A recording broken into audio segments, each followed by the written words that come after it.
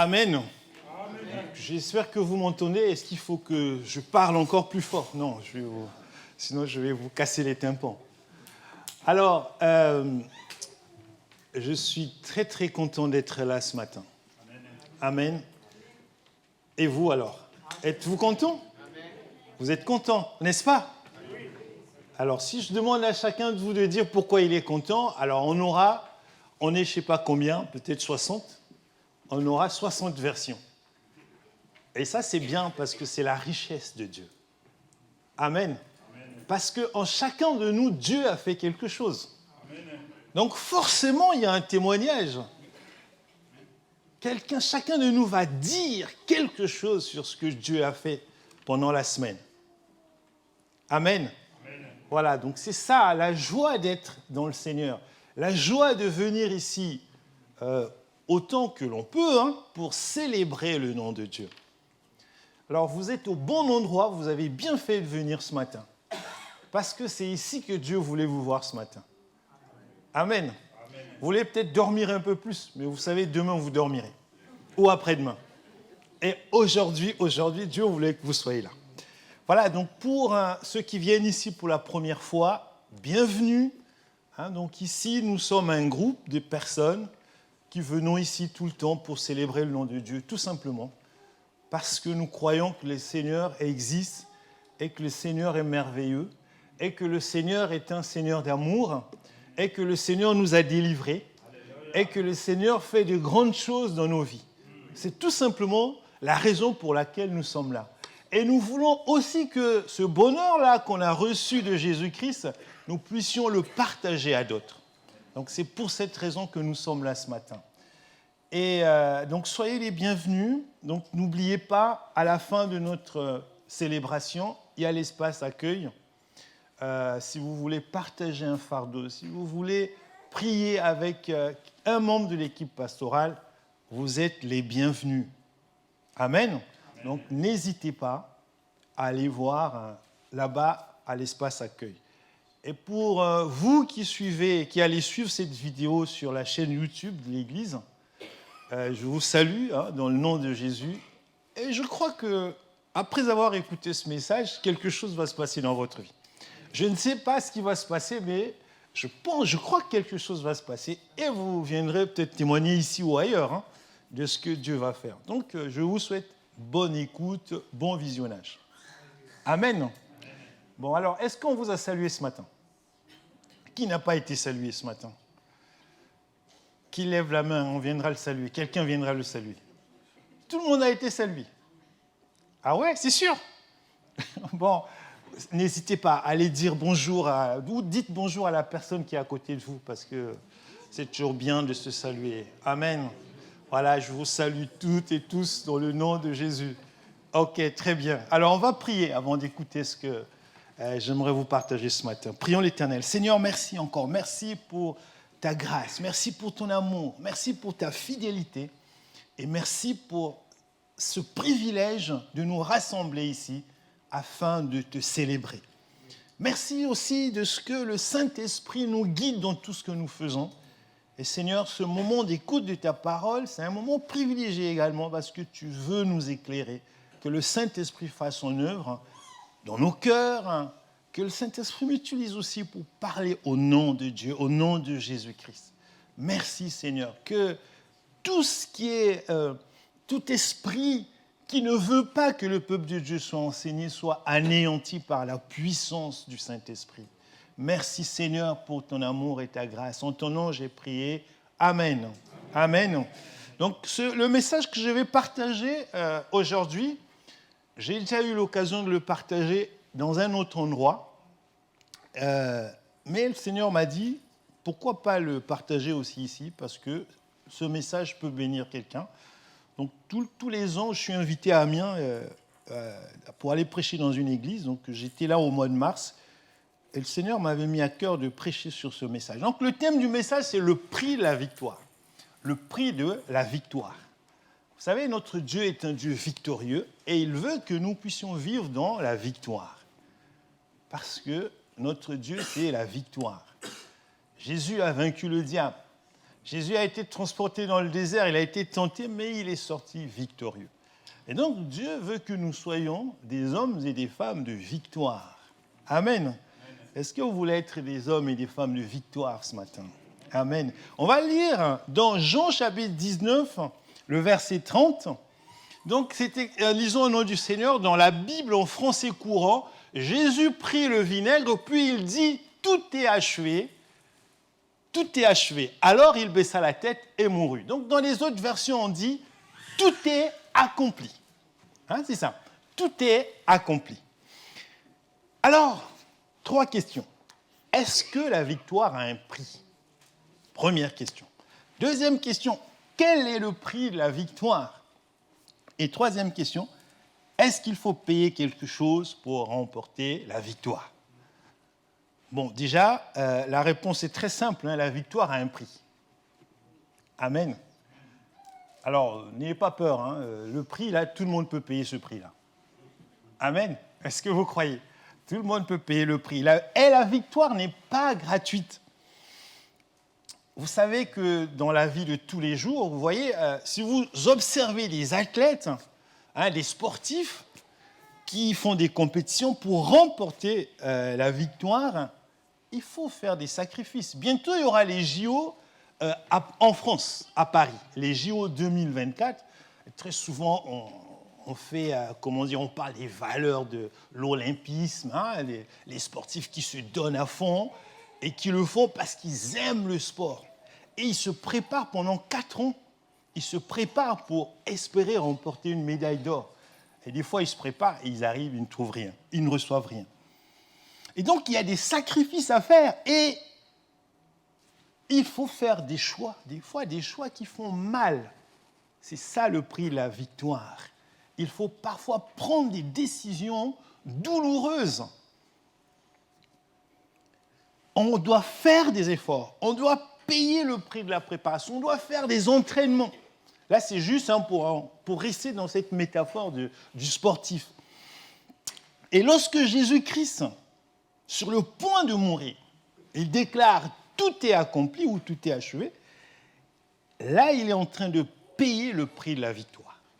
Et le prix de la victoire, c'est l'accomplissement. Qu'est-ce que l'accomplissement? L'accomplissement, c'est l'idée d'achèvement. C'est le fait de mener jusqu'à son terme. Et donc, Jésus a pris toute l'œuvre que Dieu avait commencé de faire depuis la création. La création, la déchéance, donc la chute dans le jardin d'Éden, et tout ce que le peuple d'Israël a traversé. Jésus a pris cela. Dieu a fait cette œuvre-là en Jésus-Christ. Lorsqu'il s'est écrié « tout est accompli », c'est cet achèvement. C'est-à-dire qu'il a mené cela à la perfection. Alors, une fois qu'on a dit cela, on n'a encore rien dit car il faut faire très, très attention. Il y a 2 niveaux à considérer. Le premier est celui du prix, le prix du salut. Le prix du salut, c'est celui que Jésus-Christ a payé justement en mourant à la croix de Golgotha. Donc, premier niveau, le prix que Jésus a payé à la croix de Golgotha. Deuxième niveau, second niveau, c'est celui que chacun de nous doit payer pour travailler à son salut. On doit payer un prix. Le prix ne nous sauve pas. Le prix qu'on paye ne nous sauve pas. Parce que Jésus a payé le prix. Et le prix que Jésus a payé nous a octroyé le salut. Amen. Si tu crois à cela, oui, donc tu es sauvé. Jésus a payé ce prix-là. Donc on va regarder, donc ces 2 niveaux. Ce premier, le prix payé par Jésus-Christ à la croix de Golgotha. Premier point. Donc les 3 mots de l'expression « tout est accompli » expriment toute l'œuvre que Dieu a accomplie au travers de Jésus-Christ. La mort de Jésus, qu'est-ce qu'elle a produit? Elle a engendré la victoire sur le péché. La mort de Jésus-Christ a engendré la victoire sur la condamnation du péché. C'est-à-dire que quand tu pêches, il y a une condamnation. qui s'ensuit comme conséquence. Mais Jésus-Christ, en mourant à la croix de Golgotha, il a mis fin, il a annulé cette condamnation. Voilà pourquoi la Bible dira qu'il n'y a point de condamnation pour ceux qui sont en Jésus-Christ. Amen. Et cette mort, elle a marqué aussi le passage de l'ancienne à la nouvelle alliance. Qu'est-ce qui se passait avant, dans l'ancienne alliance? Dans l'ancienne alliance, si vous lisez les livres d'Exode, le livre de Lévitique, le livre de Deutéronome, vous allez comprendre tout le processus, toute la procédure qu'il fallait faire pour obtenir le pardon. C'était très très lourd. Il fallait acheter des bêtes, il fallait aller sacrifier des bêtes, il fallait aller ici. Et vous savez,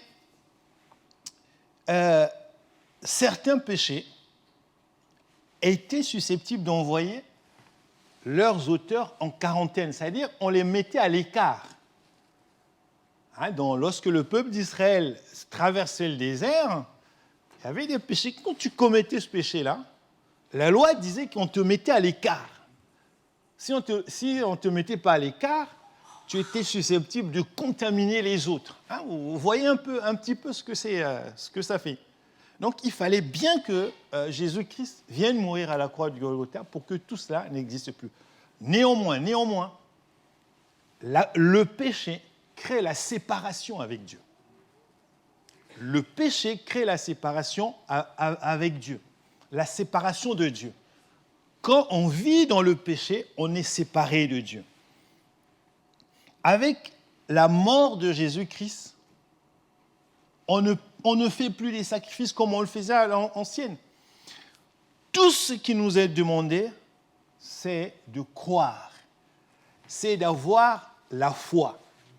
Romains chapitre 10, versets 9 à 10. Lisons, découvrons cela, version Bible du Semeur. En effet, si de ta bouche tu déclares que Jésus-Christ est Seigneur, Seigneur, ça veut dire que tu reconnais qu'il prend autorité sur ta vie, qu'il gouverne ta vie. Et si dans ton cœur, donc de la bouche, tu déclares, et dans ton cœur, tu crois que Dieu l'a ressuscité. Donc ici, on parle de la résurrection, mais avant la résurrection, il y a la mort. Ça tombe bien parce que la semaine dernière, les chrétiens ont commémoré la Pâque. La Pâque, c'est la mort et la résurrection de Jésus-Christ. Que Dieu l'a ressuscité, tu seras sauvé. Car celui qui croit dans son cœur, Dieu le déclare juste. Celui qui affirme de sa bouche, Dieu le sauve. Amen. Amen. Voilà, avec la mort de Jésus-Christ, en fait, on ne paye plus le prix. On ne paye plus le prix. Et c'est dommage des fois de voir que dans certains endroits, on pousse les gens à faire de je ne sais quel exercice, quelle pratique pour, semble-t-il, recevoir le pardon. Pour justement entrer dans cette dimension de victoire. Non, on n'a rien à faire. On ne paye pas pour être pardonné. On n'achète pas des vivres ou je ne sais pas des quoi, des présents pour aller donner à quelqu'un pour recevoir le pardon. C'est simplement une démarche de foi. On ne peut pas mourir, on ne peut plus mourir à la croix de Golgotha. Jésus l'a déjà fait. Jésus l'a déjà fait. On nous demande juste de croire. Et la victoire de Jésus-Christ est un don de Dieu. La victoire de Jésus, c'est un charisme, ça veut dire que c'est une grâce. La grâce, c'est une faveur imméritée. Ça veut dire qu'on n'a pas besoin de faire quelque chose pour recevoir la grâce. On n'a pas besoin d'être plus intelligent que les autres. On n'a pas besoin d'être né dans une famille, je ne sais comment, maudite ou bénie, ou enfin, je ne sais pas. Mais la grâce, c'est un don de Dieu. Et tout le monde est sous la grâce de Dieu. Mais pourquoi il y a des différences des fois? Mais c'est qu'il y en a qui croient plus que d'autres que la grâce de Dieu est parmi nous, que la grâce de Dieu est sur nous, que la grâce de Dieu nous est donnée. Alors vous vous demandez, mais si Jésus a déjà tout fait, qu'est-ce que moi je dois faire alors? Jésus-Christ a déjà tout fait. Il a payé le prix. Il s'est écrit, tout est accompli. Donc tout est achevé. Tout est amené à la perfection. Et qu'est-ce que moi je dois faire? Et c'est là où ça devient intéressant. Parce que si Jésus a amené tout à la perfection, ça veut dire que nous venons hériter cette perfection-là. Et donc on va aborder le deuxième point, le prix que chacun de nous doit payer pour travailler à son salut. C'est vrai qu'on a reçu le salut, mais vous savez, le salut, si on ne fait rien après, c'est le salut, hein, ça reste le salut. Point barre, le salut. Point. Mais derrière, il y a autre chose. Il y a des richesses qu'on peut exploiter, que Dieu a mis à notre disposition. Si je crois que Jésus est mort à la croix de Golgotha, est-ce que je n'ai plus rien à faire pour autant? C'est malheureusement ce que font beaucoup de chrétiens. Comme Jésus-Christ a dit, tout est accompli, on n'a plus rien à faire, on attend que cela se fasse, on ne fait rien dans l'œuvre de Dieu, on attend que les autres fassent. Non, Dieu veut que chacun de nous puisse prendre sa place. Parce que ce prix-là de Jésus, personne ne peut le payer, à part lui. Même entre époux, l'époux ne peut pas payer ce prix pour son épouse. Et l'épouse ne peut pas payer le prix pour son époux. Entre membres de famille, quel que soit le grand amour que vous avez, personne ne peut payer ce prix-là. Il n'y a que Jésus-Christ. Chacun de nous doit faire sa part. Matthieu, chapitre 16, versets 24 à 25. Puis, s'adressant à ses disciples, Jésus dit, « Si quelqu'un veut marcher à ma suite, qu'il renonce à lui-même et qu'il se charge de sa croix et qu'il me suive. » Donc, qu'il renonce à lui-même, qu'il se charge de ma croix et qu'il me suive. Verset 25, « Car celui qui est préoccupé de sauver sa vie la perdra, mais celui qui perdra sa vie à cause de moi la retrouvera. » Ça veut dire que quelque part, pas quelque part, avec la déchéance dans le jardin d'Éden, on était perdus. Et Jésus est venu pour nous libérer, pour nous réhabiliter, pour nous rétablir dans notre statut. Et donc Jésus veut que nous restions dans ce statut-là, dans cette réhabilitation-là. Mais si on se préoccupe trop des choses de ce monde, en pensant que de cette façon-là, on va sauver notre vie, non, la Bible nous dit que c'est la meilleure façon de perdre notre vie. Alors Jésus-Christ nous donne deux conditions. La première, c'est renoncer à soi-même, et la seconde, c'est se charger de sa croix. Le renoncement à soi, souvent ça fait peur, ce n'est pas se renier, mes bien-aimés. Ce n'est pas se détester non plus. Mais le renoncement à soi, c'est simplement ne plus ramener tout à soi, en agissant comme si on était le centre du monde. En fait, quand Jésus-Christ dit « il faut renoncer à soi-même », ça fait peur. Quand on n'a pas compris, on va dire « ah, mais je vais devoir renoncer à ma famille, je vais devoir renoncer à mes frères, à mes sœurs, de même famille, je vais devoir renoncer à mes amis de quartier. » Non, Jésus ne dit pas cela. Il ne dit pas cela.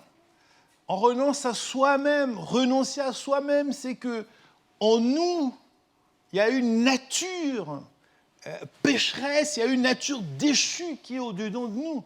Et cette nature-là, elle est, je dirais, c'est une nature orgueilleuse. C'est, vous savez, même dans le milieu chrétien, même des prédicateurs qui disent Vous savez, moi, quand je prêche, toute la salle bouge. Hein, Donc c'est cette nature-là qui est en nous, même en étant chrétien. Il faut être plongé dans les Écritures. Il faut beaucoup prier. Il faut demander l'assistance du Saint-Esprit, le travail du Saint-Esprit, que le Saint-Esprit travaille notre cœur, que le Saint-Esprit travaille notre esprit. Sinon, on est piégé facilement par l'orgueil. Comme vous savez, l'orgueil, c'est ce qui a précipité le diable. L'orgueil. On n'est pas le centre du monde. Jésus-Christ nous a établis pour annoncer l'Évangile. On doit se décentrer de nous-mêmes. On doit se décentrer de nous-mêmes. Vous savez, humainement, ce n'est pas évident parce que toute l'éducation qu'on reçoit, c'est de nous pousser à nous affirmer. Il faut s'affirmer. Vous savez, même quand vous allez à un entretien d'embauche, on va dire « Ah non, il n'a pas de personnalité. Ah, il n'a pas de caractère. » Mais en tant qu'enfant de Dieu, avec la sagesse du Saint-Esprit, on fait la différence. Hein, on fait la différence. Il ne s'agit pas de s'effacer. Non, l'apôtre Paul, lorsqu'il a agi, lorsqu'il a fait toute l'œuvre que Dieu a permis qu'il puisse accomplir, il avait son caractère. Il avait un fort caractère. Il persécutait l'Église et il justifiait cela. Et quand il a rencontré Jésus-Christ sur la route de Damas, ce caractère-là, il l'a mis au service de Dieu. Dieu a pris ce caractère, il a changé, il a transformé pour le mettre à son service. Et l'apôtre Paul est devenu celui qu'on connaît avec une grosse contribution dans le Nouveau Testament. Beaucoup de livres du Nouveau Testament ont été écrits par lui. Bien sûr, Dieu l'a utilisé, l'a inspiré. Donc, il ne s'agit pas d'effacer sa personnalité, mais cette personnalité, si vous avez un fort caractère, mettez ce fort caractère au service de Dieu. Vous allez faire des exploits. Vous allez glorifier le nom de Dieu. Si vous êtes leader, parce qu'il y a des gens naturellement qui sont leaders partout et ils vont entraîner les foules. Mais si tu entraînes les foules grâce à l'évangile, c'est très bien. Dieu ne cherche que cela. Dès que tu parles, les gens viennent. Et quand ils viennent, tu commences à prêcher. Voilà, vous êtes venus, je suis content d'être là. Tu as organisé un petit repas chez toi. Bon, ce midi ou ce soir, je vais vous parler de Jésus-Christ. Vous savez, Jésus est bon, il est grand, son amour est incomparable. Si tu as de l'amertume, parce que tu as un passé douloureux, confie cela à Jésus-Christ. Jésus-Christ va te guérir. Très important. Donc, renoncer à soi, c'est mourir à soi. Renoncer à soi-même, c'est mourir à soi. On a besoin que les œuvres mortes qui sont en nous puissent mourir. C'est important. On a besoin d'être régénéré. On a besoin d'acquérir une nouvelle identité en Jésus-Christ. C'est très, très important. Jésus-Christ nous accepte comme on est. Quand on arrive à lui, il nous prend comme nous sommes. Voilà, il nous prend comme nous sommes. Ne cherchez pas à changer. Venez à Jésus-Christ tel que vous êtes, lui, il va vous changer. Deuxième condition, Jésus dit, il faut se charger de sa propre croix. Alors là encore, c'est compliqué. La croix, quand vous imaginez les souffrances de Jésus-Christ, bon, ça a été montré dans des films, ou je ne sais pas si c'est la réalité, mais enfin, quand on voit les films qui parlent de la crucifixion de Jésus-Christ, on réalise combien c'était douloureux, c'était très difficile. Donc la croix, c'est un instrument de torture. Ah, oui, c'était réservé pour exécuter à mort les criminels. Prendre sa croix, c'est comprendre que marcher avec Jésus-Christ peut comporter des risques, mais, ce sont des risques qu'il faut prendre. Si on ne les prend pas, on ne va pas avancer. Quand je dis risque, ce n'est pas aller se livrer, aller dans un ghetto où il y a des gangs, c'est dire « Ah oui, moi je prêche l'évangile, arrêtez de tirer les uns sur les autres. » Il ne s'agit pas d'aller dans les quartiers nord de Marseille, où les gens, quand ils s'affrontent, après tu arrives « Ah ouais, bonjour, moi je suis de Jésus-Christ, vous savez. » Non, ce n'est pas ça. C'est pas ça, c'est pas ces risques-là. Les risques, c'est juste de poser des actions, aller avancer, prendre sa propre croix, c'est sa part qu'on doit faire. Tu vas subir des moqueries d'autres personnes quand tu vas t'affirmer en tant que disciple de Jésus-Christ. Des personnes, des fois des chrétiens, ils vont se moquer de toi. Tu ne sais pas chanter. Tu ne sais pas prêcher pour ceux qui prêchent l'évangile. Tu ne sais pas gérer, peut-être tu veux pas le problème familial, tu ne sais pas faire ceci ou cela. Si tu as renoncé à toi-même, toutes ces choses ne te feront pas mal. Amen. Il faut mourir à soi. Parce que vous savez, je ne sais pas si j'ai déjà dit ici, on ne veut pas faire mal à un cadavre en fait. Si tu tapes sur un cadavre, qu'est-ce qui va se passer? Rien.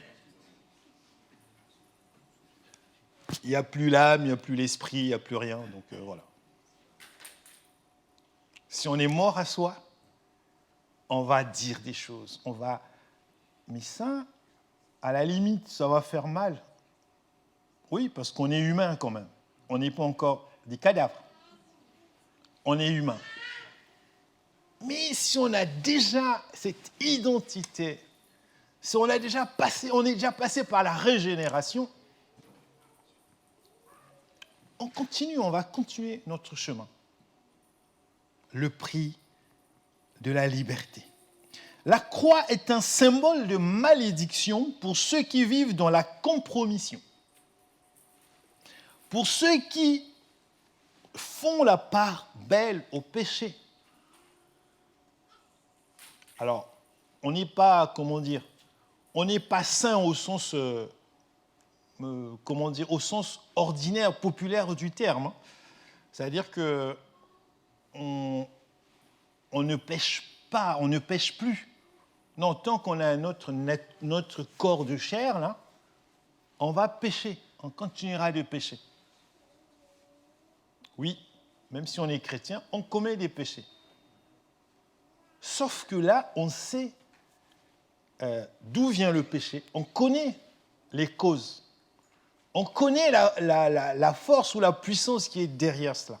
Donc, avec la connaissance qu'on a, avec la lumière qui est Jésus-Christ, nous savons ce qu'il faut faire. On sait que Jésus nous a pardonné. Quand on retombe, on va se présenter devant Jésus-Christ, on demande pardon et on demande la force au Saint-Esprit de ne pas retomber, de nous aider à nous relever, à aller de l'avant. Parce que le péché, c'est quelque chose de spirituel. C'est par la puissance du Saint-Esprit qu'on domine le péché. On ne peut pas dominer le péché avec sa force intellectuelle en se disant « Ah, moi, je suis déterminé, le péché ne passera plus. » Si tu te limites à ça, à proclamer cela, c'est déjà un pas, mais ce n'est pas suffisant. Il faut demander la force au Saint-Esprit. Il faut demander à Jésus-Christ de venir, d'investir ta vie, d'investir ton cœur. Et c'est comme ça qu'on arrive à triompher. Donc notre part, c'est celle-ci, en fait. Il ne faut pas attendre, il ne faut pas être inactif. Il faut faire une démarche, toujours aller vers le Saint-Esprit. Il ne faut pas fuir le Saint-Esprit. Il ne faut pas fuir Jésus-Christ. Il faut se mettre en face de sa vie. Il faut aller au-devant. Il ne faut pas reculer. Il ne faut pas se dire « Ah non, c'est trop dur ce que j'ai fait, ça ne se fait pas. » Oui, ça ne se fait pas. Mais devant Jésus-Christ, on demande pardon. Jésus te pardonne et il te permet d'avancer. La croix, c'est aussi le symbole de la victoire dans la mesure où Jésus-Christ a subi ce châtiment-là Parce qu'après la mort, il y a eu la résurrection. Donc, il fallait passer par la mort pour ressusciter, pour remporter cette victoire. Alors peut-être que tu es là aujourd'hui, dans ces moments, cette période, tu es en train d'expérimenter la mort, de façon spirituelle, bien sûr. Mais il faut savoir qu'après la mort, il y a la résurrection. Tu vas ressusciter, tu vas ressortir de cette épreuve avec peut-être une nouvelle identité, avec de nouvelles forces. 1 Corinthiens, chapitre 9, versets 24 à 27.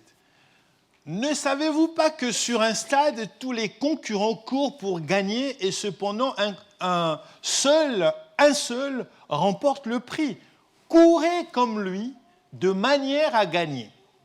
Tous les athlètes s'imposent une discipline sévère dans tous les domaines pour recevoir une couronne qui pourtant sera bien vite fanée, alors que nous aspirons à une couronne qui ne se flétrira jamais. Dans d'autres versions, on parle de la couronne corruptible. Donc ici, vous voyez, l'apôtre Paul, il prend l'image d'un athlète, d'un sportif. Il parle quand même de courir, d'aller de l'avant, de faire des exercices, de viser la victoire. Mais la différence, c'est que entre son athlétisme à lui, en tant que serviteur de Dieu, et l'athlétisme d'un sportif lambda, c'est la finalité. Un sportif lambda va viser une couronne, donc la médaille d'or des Jeux Olympiques. C'est une couronne que Paul qualifie de corruptible. Mais nous, dans notre course, dans le Seigneur, on va remporter une couronne incorruptible. Une couronne qui ne se flétrira jamais, qui ne se fane jamais. Donc c'est cela qui est encourageant, c'est cela qui va nous permettre de garder le cap, de persévérer, de ne pas, se décourager. Parfois, il y a des moments de découragement. Mais on se dit qu'avec le Seigneur, il y a un horizon. Avec le Seigneur, il y a un horizon. Alors, en conclusion, qu'est-ce qu'on va dire? Le prix de la victoire pour conduire à son terme l'ancienne alliance, parce que c'est cela. Lorsque Jésus-Christ a dit « tout est accompli », toute l'ancienne alliance est passée et on est entré dans la nouvelle alliance. Et ce prix-là, c'est l'accomplissement. C'est Jésus qui a payé le prix. Tout est accompli, tout est achevé. C'est-à-dire que tout ce qui a été fait jusque-là a été permis pour nous amener, pour vous amener quelque part. Et à partir de maintenant, s'ouvre une nouvelle perspective, une nouvelle période. C'est ça que Jésus-Christ fait. Jusque-là, je ne sais pas, tu as souffert, tu as pleuré. Mais Jésus te dit, tout est accompli. Ça veut dire qu'il veut essuyer tes larmes ce matin. Peut-être que la maladie t'a amené dans le découragement. Jusque-là. Ce matin, Jésus te dit, tout est accompli. Et il veut t'amener dans une nouvelle direction, celle de la guérison. Je ne sais pas dans quel domaine de ta vie, c'est très compliqué jusque-là, mais Jésus te dit ce matin, tout est accompli. Tout est accompli. Et Jésus, et nous, en lui, nous avons le salut. Une fois le salut acquis, c'est un acquis le salut, nous devons faire notre part, c'est très important. On ne va pas rester là à attendre, nous devons faire notre part. On va faire une dernière lecture dans le livre du prophète Ésaïe, chapitre 53, les versets 4 à 6.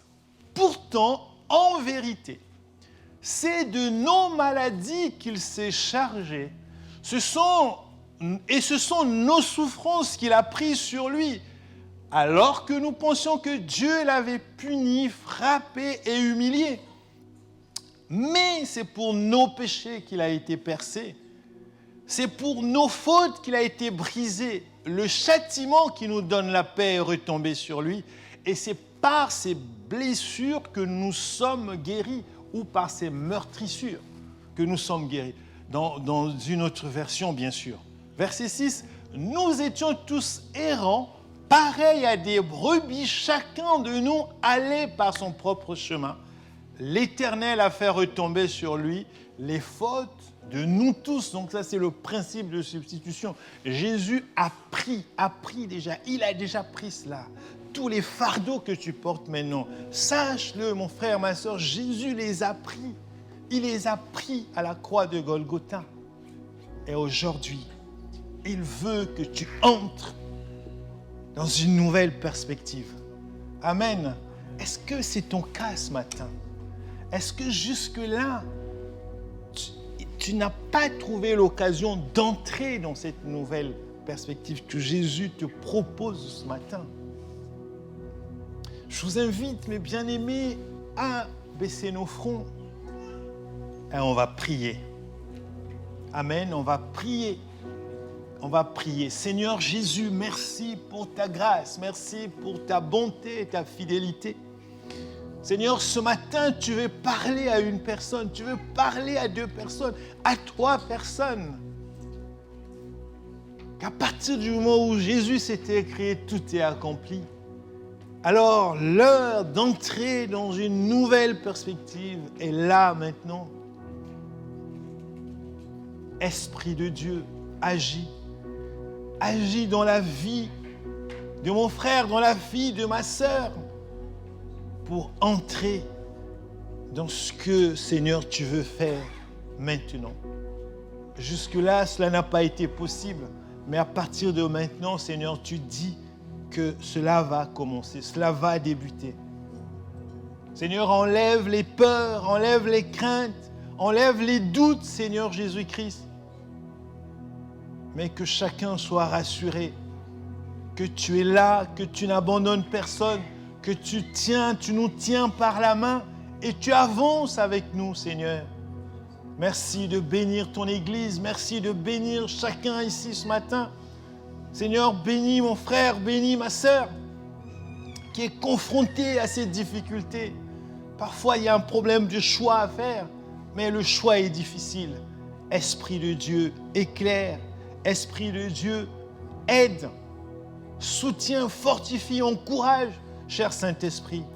Et merci encore pour ton œuvre. Que toute la gloire soit à notre Dieu, que toute la gloire soit à Jésus-Christ, que toute la gloire soit au Saint-Esprit. En ton nom, Seigneur, nous avons prié. Amen. Voilà, que le Seigneur vous bénisse.